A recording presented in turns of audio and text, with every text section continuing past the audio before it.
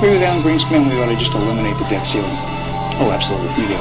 The ability of almost every working American to access more credit than they should have been able to masked the underlying fact that lower and middle class incomes were not rising. That's not a tenable strategy. Isn't now the time to eliminate it? Oh, we've been a long time ago. Let's put aside terrorism. Let's talk only about our own homegrown animals that are patrolling America right now. So it goes down to the simplest thing. Be prepared, be vigilant.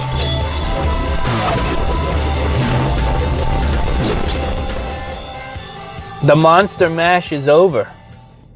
It's the morning after. The bash has ended. The children's bodies are trying to recover from the hyperglycemia.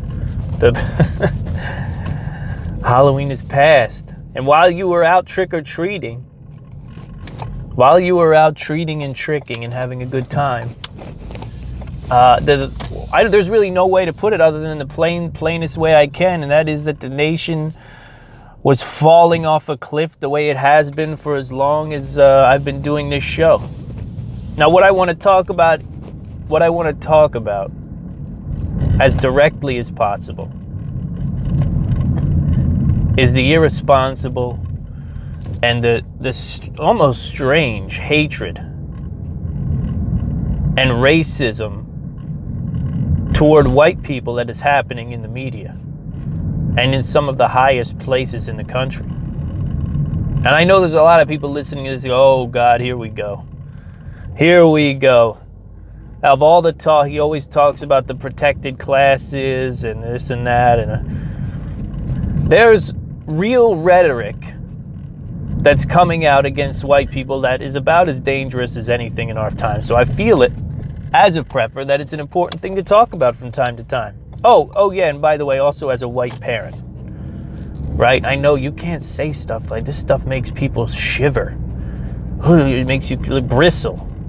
You get nervous at work, you turn the volume down. Jesus, even if you got headphones on, turn down. Oh God, he said white. Let me turn this down. White racism, turn that down. This is dangerous. This could cost me my job. Just that feeling alone should let you know that something's wrong, right? Now, I know you don't know this because you don't watch TV, and neither do I. But one of the most prominent media heads said something these past few days that'll blow your mind. It'll rock your world, right? After the pipe bomber and after the Nazi mass shooting of the synagogue, the brilliant conclusion that one Don Lemon came to is that we need to be racist against white people. Now, he didn't use those words exactly, but what he did say is that the biggest threat in America are white terrorists. White terrorists, predominantly right-wing and extremist. He says that's what we need to worry about. That's the thing we need to concern ourselves with. How come there's no white ban? Was his question, was Don Lemon's question. Here we're talking about a guy who's a national host. A national news, quote-unquote, news host. He said that white terrorism is the greatest threat to America, particularly on the right side, particularly extremist. How come there's no ban on whites? Why aren't we deporting white people like the one who shot up the synagogue? See, because he's an idiot and he doesn't even understand the Constitution. He doesn't even only in America can you live in a nation where you don't even have to understand the protections that you have to throw another to throw another race under the bus. Listen to me. This is terrifying. This is if this guy doesn't get, this is exactly what happened to Megyn Kelly, right? It's the same thing, and I want the same consequences because I didn't agree with her statement either, which is irrelevant, right? Who cares what James Walton from the I Am Liberty show agrees or disagrees with? I'm just bringing you information that you need to know because you need to understand the climate that you live in. Because if you think that Don Lemon is alone in this thought, if you think that you're not walking around a nation full of people who are looking at you and your family if you have a certain color skin and saying, I don't know about these white folk. I think it might be time we start to get rid of them. I think they've done enough damage Listen to me. This is for a group, for Don Lemon to be attached to a group, and he is attached to a group, and God only knows if he is or is not one of those people with the masks on in the Antifa rallies. Who knows who they are? They're too cowardly to take the masks off so we could see them. But in many ways, he is attached to the same type of ideology that they are. And those people who told us to punch Nazis and to, not do business with Nazis, same people that I talk to, I've approached on Twitter to have on my show. Hey, come on my show, let's talk. Let's talk about these things that you do. Let's talk about these things that you hate. The same people that would tell me, hey, you're not a Nazi, are you? If you're a Nazi, then I'm not going to come on your show and talk to you. And of course, they never came on the show. They were too cowardly and weak. They sit in their little bubble with their buddies who cheer them on, and they talk about how amazing Marx was and how they're going to save the world with socialism. And Don Lemon is among them ranks, except the difference is they're nobodies. The difference is they're nobodies, right? The difference is those people have no audience, and Don Lemon has an audience that is America. Or at least a large segment of America. Whether you watch it and like it or watch it and don't like it is irrelevant. The man has an audience that is massive, and he affects culture. And when a person who affects culture comes out and says we need a ban on whites because it's all they're the biggest terror threat in the nation, and especially those right-wing ones, those extremists. So what's a right-wing extremist? Because last I checked, if you pull the lever for a Republican, you're basically a white right-wing extremist. So now what? And I wish this was all I had to say about it. I wish the morning after Halloween, when you probably went out, this is what happens in real America when you go out for Halloween. This is exactly what happened in my family, and I'm sure families all over the nation, because this is what America really is, not the Don Lemon America. Your kids probably went out with bunches of other kids of varying races and probably varying religions, and maybe even kids with no religion. And the kids didn't care. And the kids couldn't care less. And no one was looking at the white kids saying they're terrorists, and no one was looking at the black kids saying they're criminals, and no one was looking at the Hispanic kids saying they're illegals. Nobody said it. They just went out. They had a good time. The parents probably talked and had a good time and laughed and, oh, neighborhood doing good. How's the family? What's the husband? Because that's what America really is. Only in the media outlets is it blown up to be this crazy and different thing. This thing that this monster, where the whites are this and the blacks are that and the Hispanics are that. And before you know it, you have a nation that's chewing itself to death. It's eating at its own flesh, eating at its own internal organs, because it's so broke. Just absolutely broken. Just absolutely broken, trying to keep itself mended. As all the most powerful voices in the media tell you day in and day out that it is so divided, and we are more divided than ever, and we will continue to divide. And yes, we should promote division. We should promote division in this nation. We should lump all the races together where they feel most comfortable with their same race. Attack the majority, yada, yada, yada. You know the playbook. And listen, if it was just Don Lemon, I'd say, okay, he'll get fired in a few days and that'll be the end of him, hopefully. Hopefully for a statement like that, he'll be fired. But, it's CNN, so who knows? Or whatever he's on. I don't even know what network he's on, okay? I read the quote. I heard the sound bite on another show, and I said, this is worth talking about because this is racism. Period. Racism. Crickets.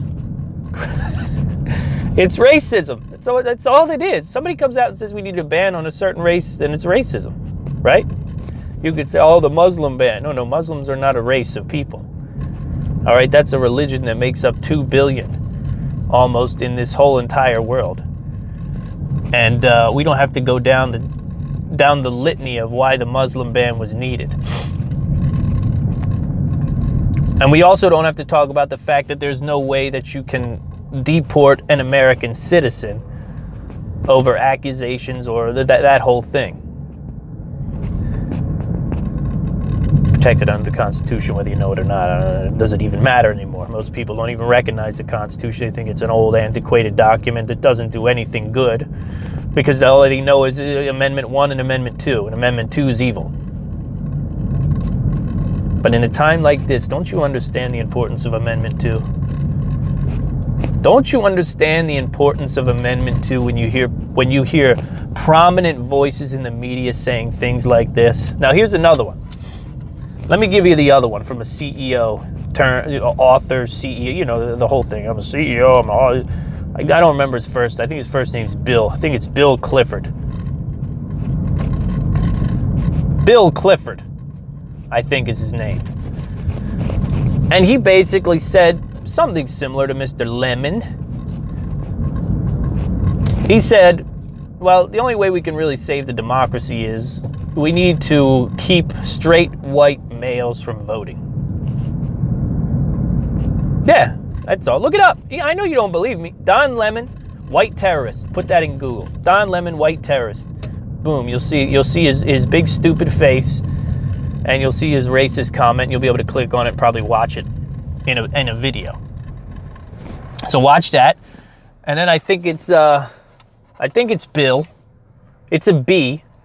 I think it's Bill Clifford. Bill Clifford makes millions as a CEO, probably does it on the backs of minorities. And then comes out because of his guilt to say that, you know, what we really need to do is to prevent these white males, these straight white males, from voting. That's it. That's how we save a democracy. That's what we need to do, right? Because the straight white males were the ones who voted Trump in it. That's the end of all things right there. And I shrug my shoulders. I say, ho hum, here we go. Another day in America. Another day in America where a radical comes out and says one of the most racist things you've ever heard in your whole life, and crickets. What happens when the majority is no longer the majority? What happens I'm a prepper. What happens from a prepper standpoint when chaos erupts and suddenly the law that once protected all people no longer protects anyone? What do you think happens? These coalitions of people who believe the same things that Don Lemon believe, who believe the same things that Bill, whatever the hell his name is, Clifford, believe. You don't think they come out stalking? What do you think happens? Here's the other side of the coin too.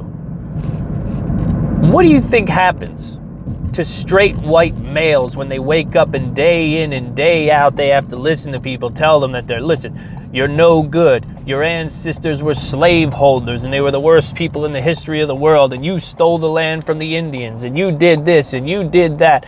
And really the world would be a better place if the colonizer would just go away. If we could just get rid of the white man, the evil white man who ruined it all. And white this and white that and patriarchy this and patriarchy that and God is dead. What do you think happens to a person who's under that kind of assault constantly? Now, of course, it's not just that. It's also life. You have to deal with all that. Then you put on the plate of the person also just life, just the trials of life. I'm not creating an argument for victimhood here. I'm just telling you the facts. I'm just telling you the real life situation that is happening out there. Because what's most atrocious about it all is not even the fact that it's happening to white people.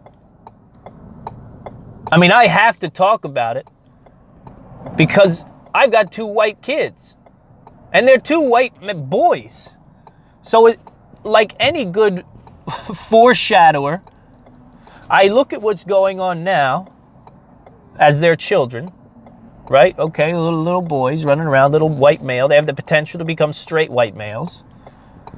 And I look at the media and I look at the voices and I look at academia and I look at the world, I look at the culture, and I say to myself, let's add 10 years to this equation. And I wonder what kind of a world my children might inherit. My straight white children. You know? I think to myself, what kind of a world do they inherit? So a little foreshadowing, and a good father, of course, is going to stick his neck out and say these things. Right? I'd be a fool not to. I'd be weak not to. Stick my neck out and say these things. Now, I don't have to stick my neck out as far as you. And the reason I created the business I created was so that I wouldn't have to worry about sticking my neck out as far as you. You see, I'm not beholden to monsters. I'm not beholden to mindless monsters who can call me up and say, Mr. Walton, you're fired. I may lose a client here or a client there if they don't like what I say on my podcast. So what? So what? You're backwards, in my opinion. Right? That's a backwards person I probably don't need to be doing business with anyway. If you look at a situation like this, if you look at a guy, a father of 2 white boys, who's railing about the mainstream media saying that white men need to be handled, we need to be dealt with, hey, whatever. If you think that's racist, if you think I'm a racist person for bringing that up, if you think I'm attacking other minorities by bringing that up, no, it's called self-preservation. It's called survival, and that's what I do for a living.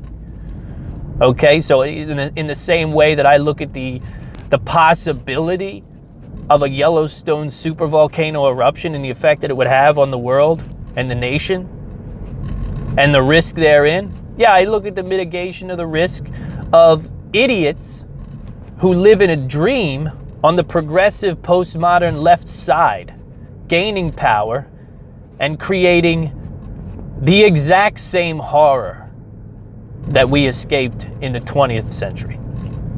Never forget that. When you hear people singling out a race, pointing a finger, telling them that we need to do this and we need to do that, we need to, and they're ruining democracy and they've destroyed this institution and that, and the only way that we can save it is if we get rid of them. It's Hail Hitler, you fools. It's Hail Hitler.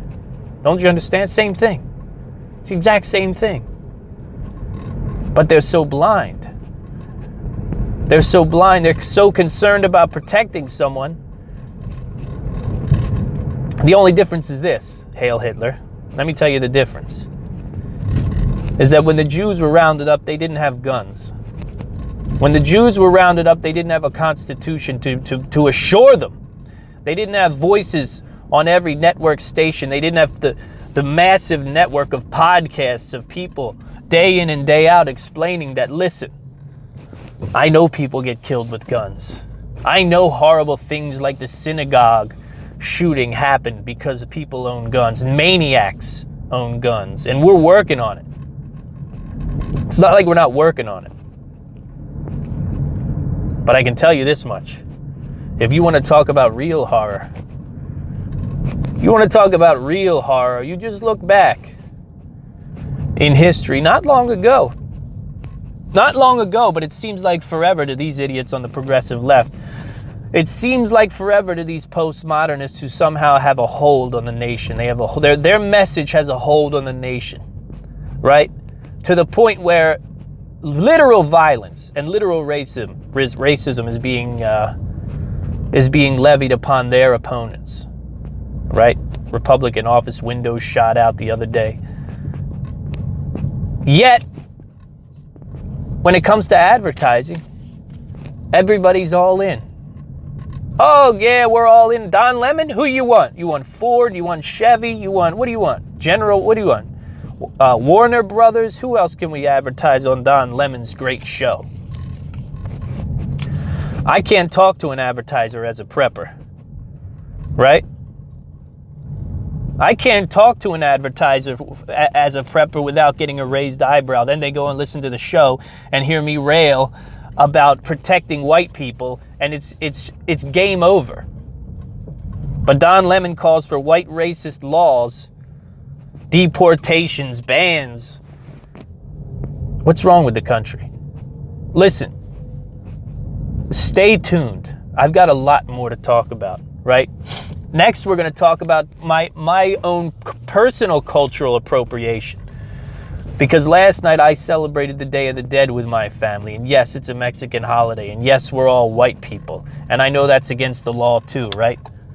That's against the law too. I can't take that and I can't take their tradition and integrate it into American society. That's not right. In fact, that's the whole basis of what America is.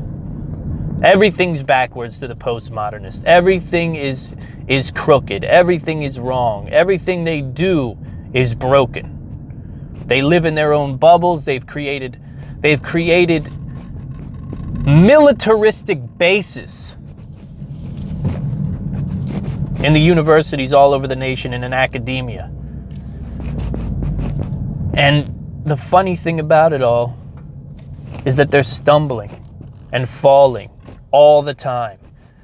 And the ground underfoot is weakening and crumbling because, well, they built a castle on sand, baby. They built their whole castle, their whole empire on a sandbar. And it's being washed away in the age of knowledge. It's being washed away as quickly as it's being built in the age of information. Because it doesn't take much education. It doesn't take much study time to figure out, oh, we can't go this way. If we go this way, millions will die. So you figure out what you want to be a part of. We're going to come back. We're going to talk about the Day of the Dead celebration, amongst many other things. But Day of the Dead is a big deal to me because America is about finding what's great and integrating it into American culture. And then elevating that so that the rest of the world can see it and decide whether or not they want to take it on. That's the whole cycle of what makes America great, really. Honestly, culturally speaking. Culturally speaking, from the get-go, you come to America, you bring your little pieces of your pie from your nation. You integrate them. The American public decides, hey, we sure do like that pizza. You know what? Keep the scungili. We don't... I like scungili, actually. But anyway, to follow the Italian example, we sure do like that Feast of the Seven Fishes. And we take that culture and we integrate it into American lifestyle, American culture, and then we elevate it. And the rest of the world gets the ability to say, hey, look what those crazy Americans are doing. That's pretty cool. We should do that. And most of the time, those changes make for a better world. You can't deny that. Not all, but most of the time.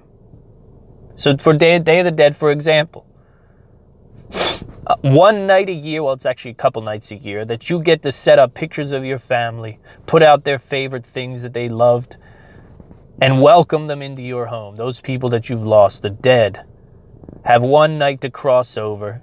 They come over, they eat their favorite foods that you've left out for them, they see your family. And while you may or may not believe in that, here's something that you can believe in no matter how cynical or how atheistic you are. When you set up an ofrenda or an offering table full of pictures of your family. Family that's been dead for a long time, family that you so rarely talk about to your kids. When you set those pictures up and you sit your children down and you can say, look, this was my pop-up. And my pop-up was a diamond belt boxer. And my pop-up was a part of a group in World War II who found the bastards that conducted the Bataan death marches on U.S. soldiers. And, you know, you don't explain what he did to them, but that's part of my family lineage. You know, you explain where these kids come from. And what that eliminates, to tie it all in, and then I'm going to take a quick break. What that eliminates is your child going to college or going to school or going away from the household and finding out that the whites are evil, or that this group is this. It doesn't even matter about whites. It's about group. It's about racism in general, because it's still alive in all races in the nation. And you have to be a strong enough person when you see racism to go, oh, that's racist.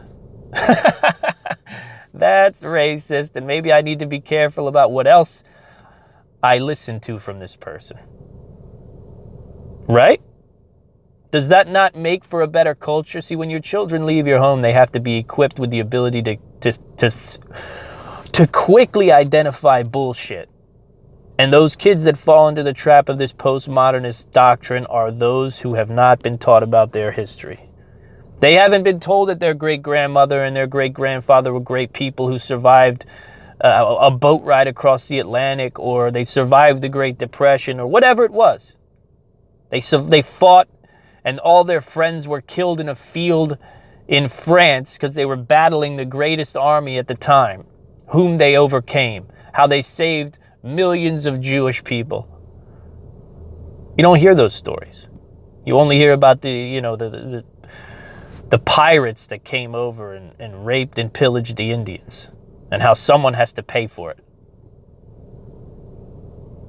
So check your history, integrate culture, and understand what America's all about. We'll be back. We got a lot more to touch on. Don't go anywhere.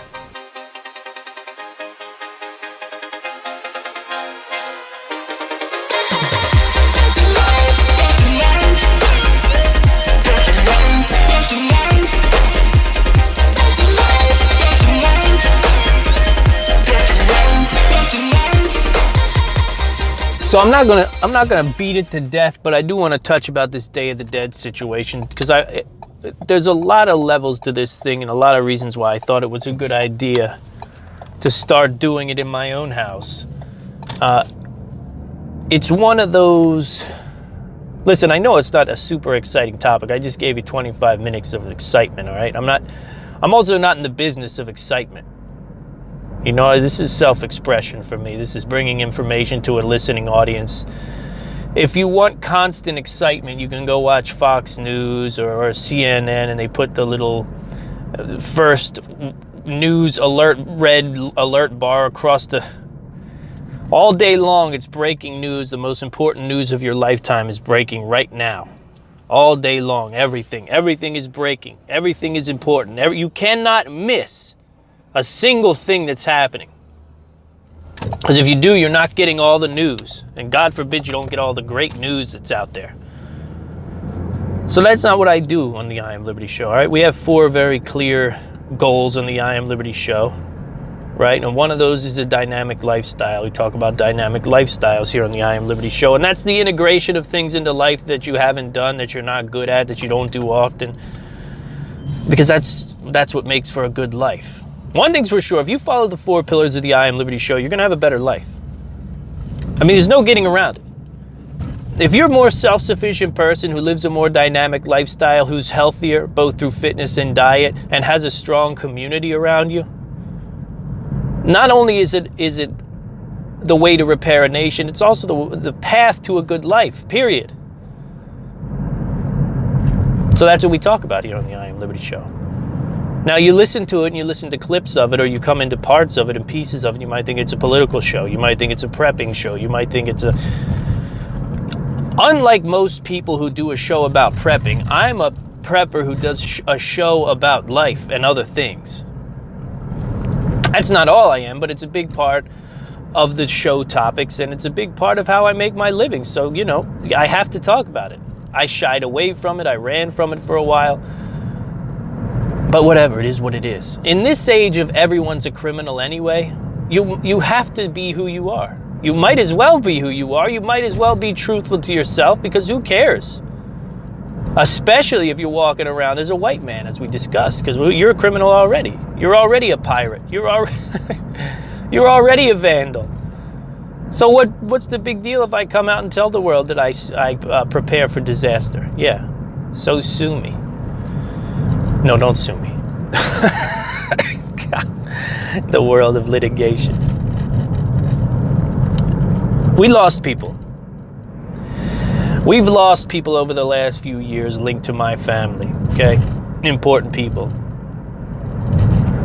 And in the age that we live in, it's very hard to find time to honor those people. It's very hard to find time to honor anything.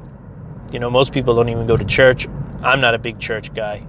Even if I had plenty of time to go to church, I wouldn't go to church. That's just my personal choice, okay? What do you say whatever you want about it? I really don't care how you feel about it, to be honest. But we have very little time to honor anything, you know? And I didn't know anything about the Day of the Dead other than the face paint and the cool sugar skulls.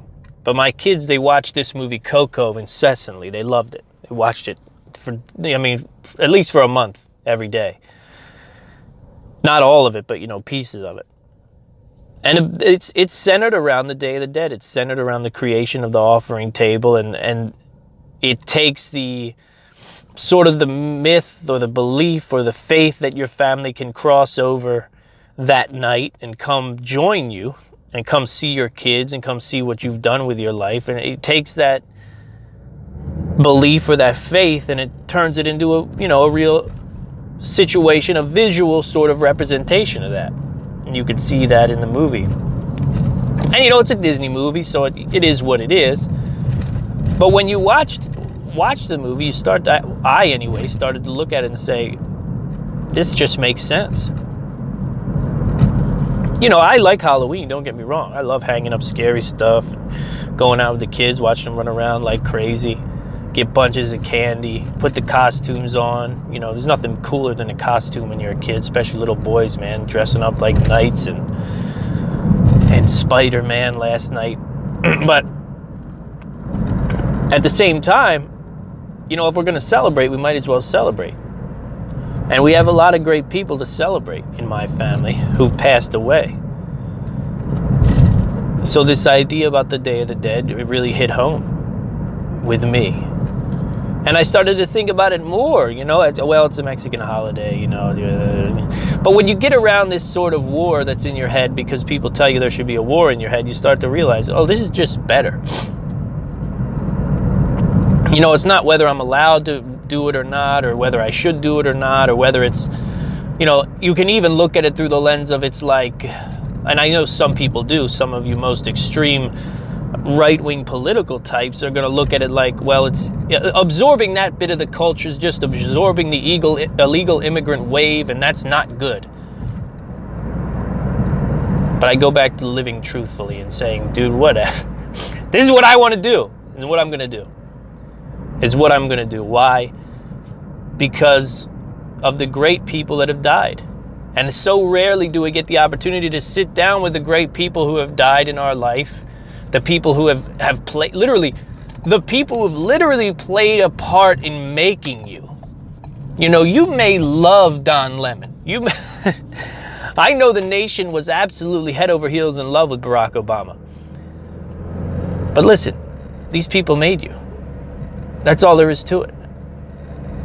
Maybe things weren't the best. Maybe things weren't the greatest. Maybe things weren't exactly the way you wanted them to go.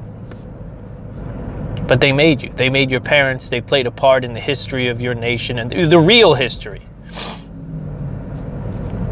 The steps that they took were the right ones because they wound up creating you in some way, through some wave. And it is definitely worth your time to sit down and think about them. Now, setting up the ofrenda is a hell of a lot of fun. I'll be honest with you. And I'm going to put a picture of ours up on my Instagram. If you don't follow me on Instagram, man, you're going to miss a lot because I'm in love with Instagram. I don't care what you think about it. Yeah, it's social media. Yeah, it's pictures. Yeah, it's filters. Yeah, it's all this sort of kiddie stuff or what. Dude, I love it.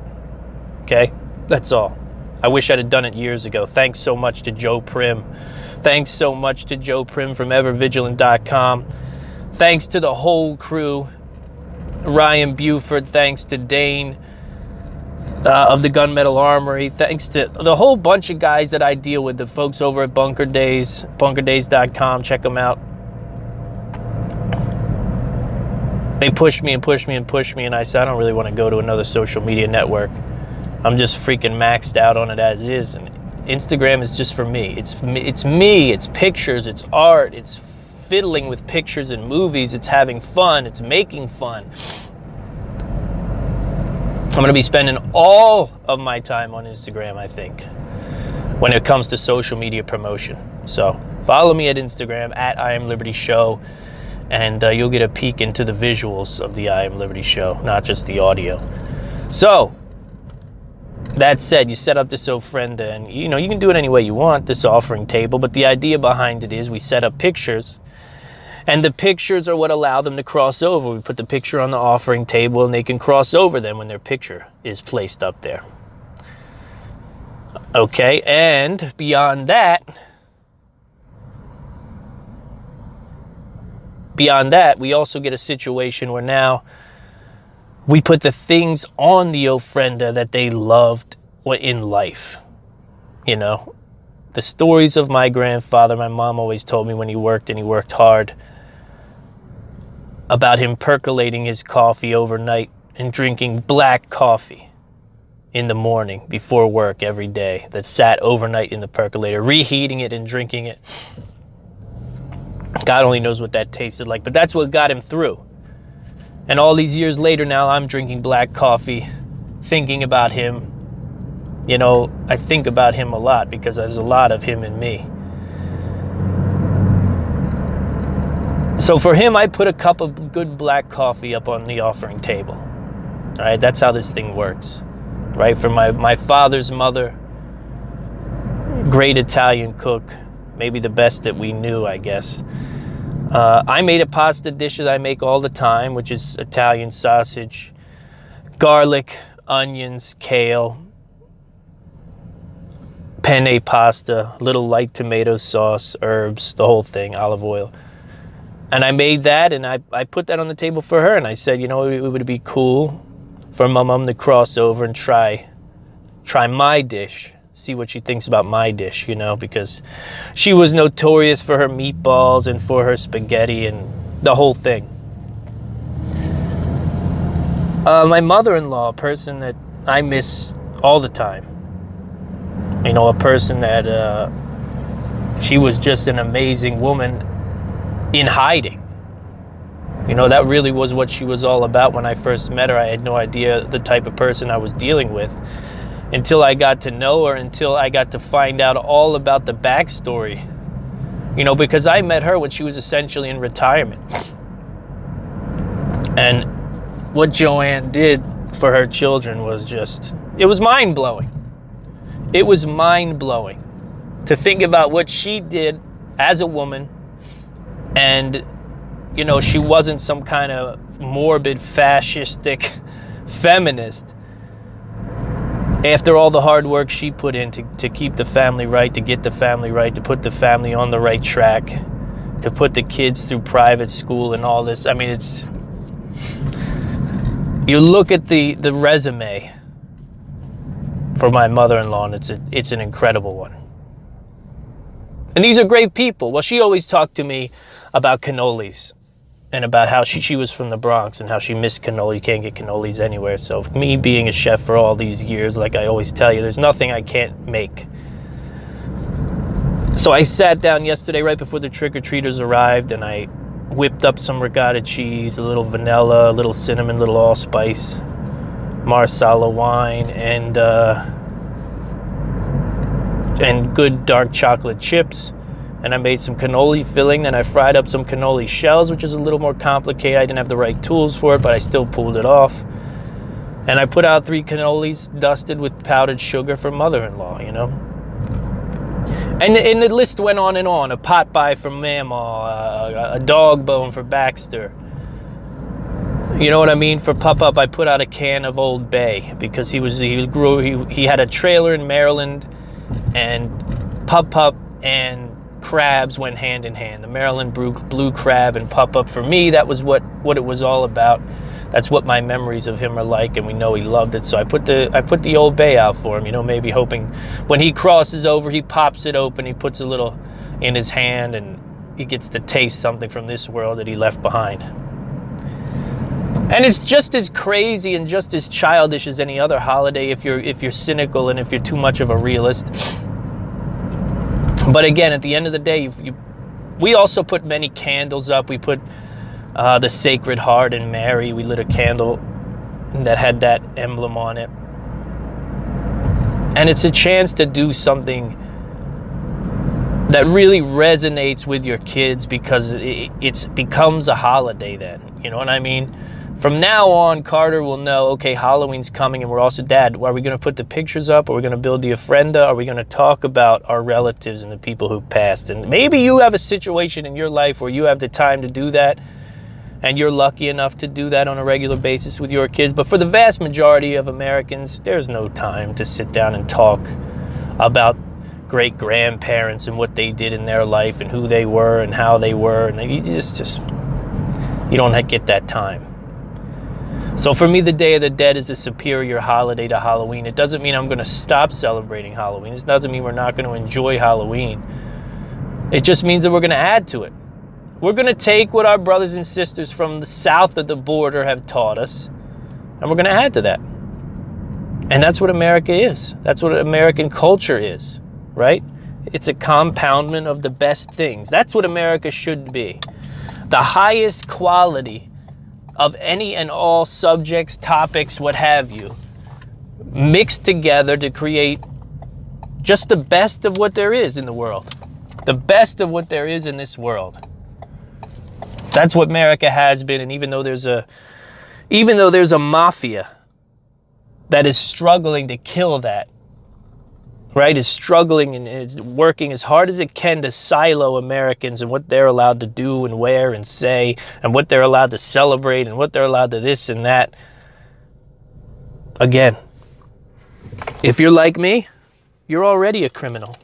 So you might as well enjoy your life and do the things you want to do, right? Celebrate what you want to celebrate because you like it. Speak your truth and love this thing, man, because it's only 80 years. That's all you got. jwrights.com. Are you launching a survival blog? Do you have a preparedness product or service that you want to get to market? Use jwrights.com and we'll create unique content for you written by yours truly. This is my freelance website. You've come to know me. Trust me. Visit jwrights.com for your survival and preparedness freelance writing needs.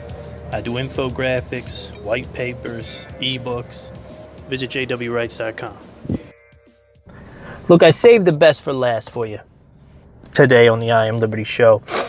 I'm celebrating 10 years of marriage today and tomorrow and for the rest of the year. But primarily today and tomorrow. My wife and I, we got married the day after Halloween, and there's no pagan reason, to be honest. It happened that way. And to be married for 10 years at a time like this at 32 years old, that lets you know, I got married young. I got married young because I met a girl who I had an incredible choice in front of me at a very young age. I met a woman, even at that young of an age, and this was, I was 17 when I met Michelle. I met her and I said, here's a woman. Here's a woman who can be a mother. Here's a woman who can be a wife, and not just any old. In my life, I'm never looking for people who can just be a thing, but I'm looking for the outliers who can be the thing. And I've got a really good ability at finding people like that and talking them into reaching their full potential. I do that with people a lot. I've done it in my professional life. I've done it with the podcast. But anyway, whatever. I met the wife and the mother. But I met her at 17. So it was this is a predicament here. This is a predicament here because I'm 17 years old. I'm still in high school. And I'm a lunatic. Because at 17 years old, I was a lunatic. You know what I mean? Just not even lunatic, okay? But I was always smart, and I was always able to recognize opportunity. And it was easy for me to look at Michelle. It was one of the easiest things I've ever done, to look at her and say, you take this road, Jim, and this is the marathon road. This is the marathon of happiness road. You're going to take this road. You're going to have a family. You're going to have kids. You're going to have a wife who's going to be around. You're going to have a wife who's going to put in as much as you do. You're going to have a wife who works as hard as you do. You're going to have a wife not only who works as hard as you do, but pushes you to work harder. Jordan Peterson says that you want to marry someone who you have to contend with. That's what he says. He says you want to marry someone that you have to contend with. You want to spend your life contending. You do not want to spend your life as the champion on top of a hill, and that hill be the person you marry. He says you want to marry someone you have to contend with. Because iron sharpens iron. You know how it goes. So I made that decision very early, you know. I decided to put away thy detestable things, right? And go down that path of, let me do as best I can for this woman. You know, and in the early days, it wasn't easy. There was fighting and all that, you know, whatever it is, you know, it's a relationship. And then I reached a point, I think it was around 5 years in, that I said, you know, this is it. This is it. You know, it's not going to, we're living together now. We've seen all the darkest things that each other can present at this point. You know, aside from what could come down the line. But whatever comes down the line, I'm willing to deal with that too. You know, whether or not we spoke each other's truth to one another at that young age, we knew the truth about each other.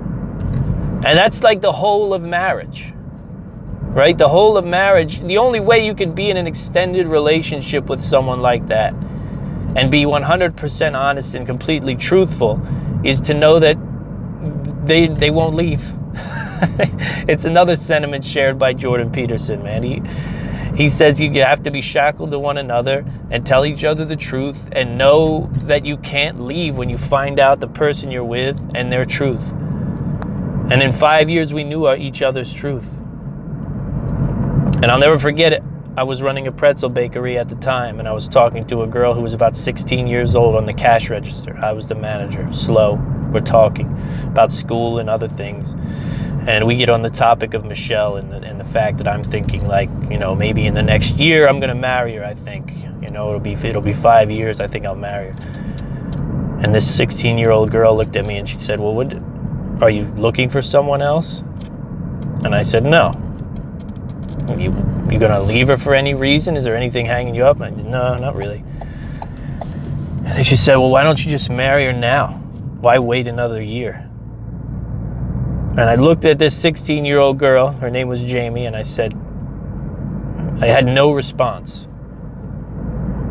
But I said to myself, that's about the most brilliant argument ever made. And I went out and bought an engagement ring the day after. Because that's me, man. I'm a spontaneous maniac. You know, and Michelle, she puts up with that. I'm a crazy man. You have to understand. I'm not talking about frat boy crazy. Like, I'm not talking about frat boy crazy. Like, oh, he's so wild. He's such a wild man. He's out there chasing the women, even though he's married. It's not that kind of frat boy crazy. You know, it's not the too much beer and the, oh, I stuck my penis in someone I shouldn't have. Honey, sorry about that. No, I'm talking about like genuine crazy. Like real life-affecting lunacy. Like, hey, honey, I just crashed my car again. Can you come pick me up? Or, hey, honey, I think I'm going to quit my job because I want to be an author. I want to be a freelance writer, and it'll give me more time with the kids. You cool with that? Yeah, I mean, no, I don't know if I'm going to be successful. I have no idea. I mean, I got an inkling. I think I'm pretty good. I think I'm a decent businessman when I want to be. I'm not sure. That kind of crazy. Like, oh, hey, good morning, baby. Yeah, how are you? You want some hash browns for breakfast or something? No, I haven't slept. No, I didn't sleep. I stayed up.